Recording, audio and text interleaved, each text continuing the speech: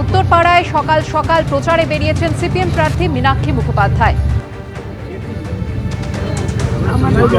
আমাদের সবাই আপনাদের সঙ্গে এই নম্বরের মাধ্যমে যুক্ত সঙ্গে কোনো সুবিধা অসুবিধা আমরা একসাথে থাকবো।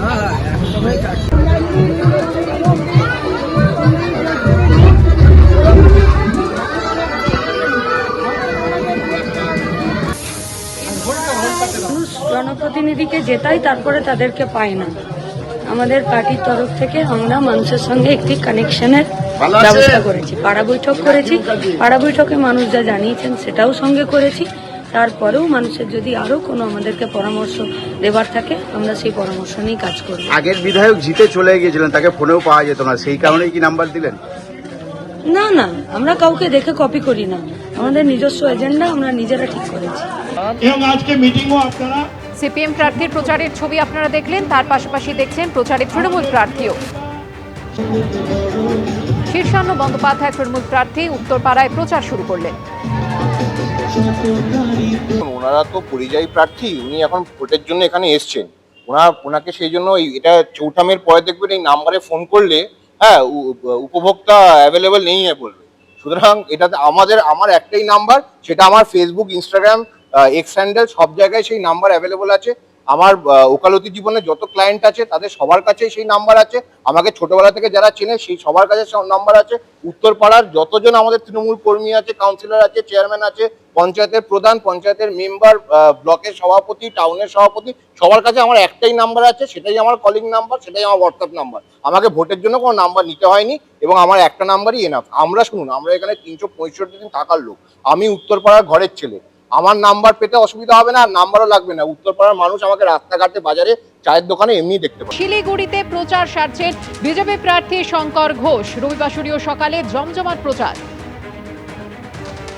भारत माता की जय, भारत माता की जय, वंदे मातरम।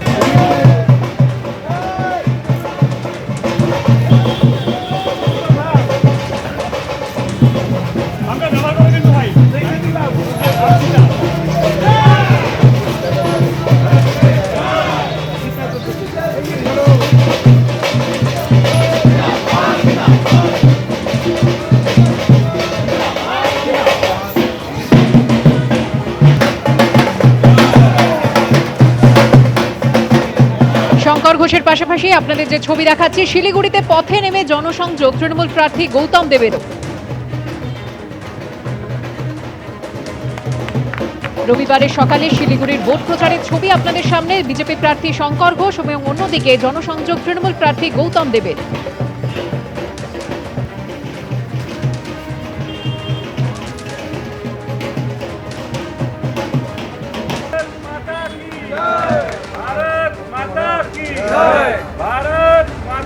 নতুন বলতে আমি শুধু এইটুকু বলবো যে মানুষের যে বিপুল সাড়া এই শিলিগুড়ি শহরে রয়েছে তার প্রতিফলন এর আগেও হয়েছে এবং ভবিষ্যতেও হবে। আমার তো দুটোই এজেন্ডা। এক, হিন্দুদেরকে দ্বিতীয় শ্রেণীর নাগরিক হিসাবে যাতে পশ্চিমবঙ্গে বাস না করতে হয় তার জন্য তৃণমূলকে উচ্ছেদ করতে হবে, আর পশ্চিমবঙ্গের উন্নয়নের স্বার্থে ডাবল ইঞ্জিন সরকার প্রতিষ্ঠা করতে হবে। পরিচিতি নিয়ে কাজ করব, কোনো দলের বিধায়ক নয়, সবাইকে নিয়ে কাজ করব। আর উন্নয়নই হবে একমাত্র মূল মন্ত্র। মানুষ যাতে ভালো থাকে, উন্নত শিলিগুড়ির উন্নয়নের ছোঁয়া যাতে প্রত্যেকটি মানুষের দূর প্রান্তে পৌঁছে যায়, প্রান্তিক মানুষের কাছে পৌঁছয়, এটা আমরা আশা করি। শিলিগুড়িকে প্রাপ্য যে মর্যাদা, সেই মর্যাদার জায়গায় উত্তীর্ণ করার এটা লড়াই এবং নিজেকে ছাপিয়ে যাওয়ার লড়াই। এটা নিছক একটা লড়াই না, এটা শিলিগুড়ির উত্তরণের ভবিষ্যৎ এর সাথে যুক্ত হয়ে আছে। আমরা সেই কাজটাই করতে চাই। এবিপি আনন্দ, এগিয়ে থাকে, এগিয়ে রাখে।